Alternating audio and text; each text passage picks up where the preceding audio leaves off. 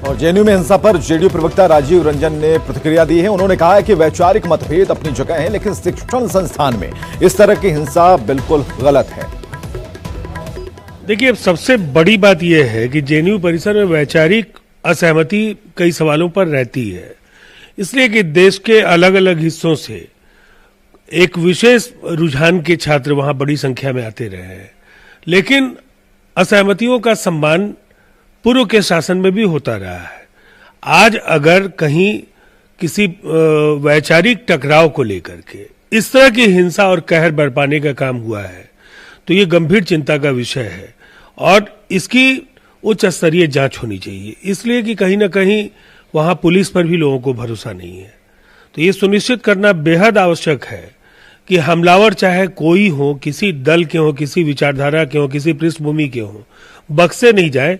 और इसको सुनिश्चित करके ये भरोसा पैदा करना पूरे देश में छात्रों के मन में आवश्यक हो गया है कि ये सरकार उनके खिलाफ नहीं है।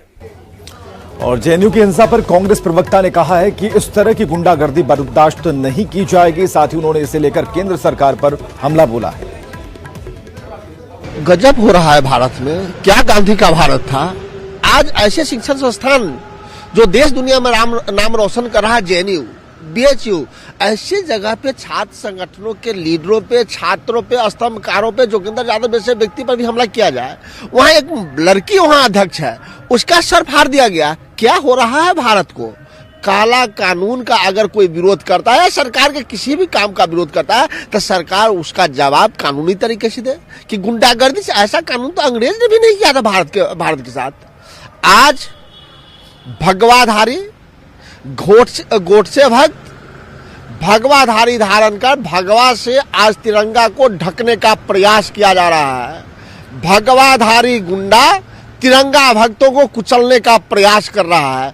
कभी तिरंगा नहीं कुचलाएगा, भगवा भागेगा, तिरंगा पुनः फहराएगा।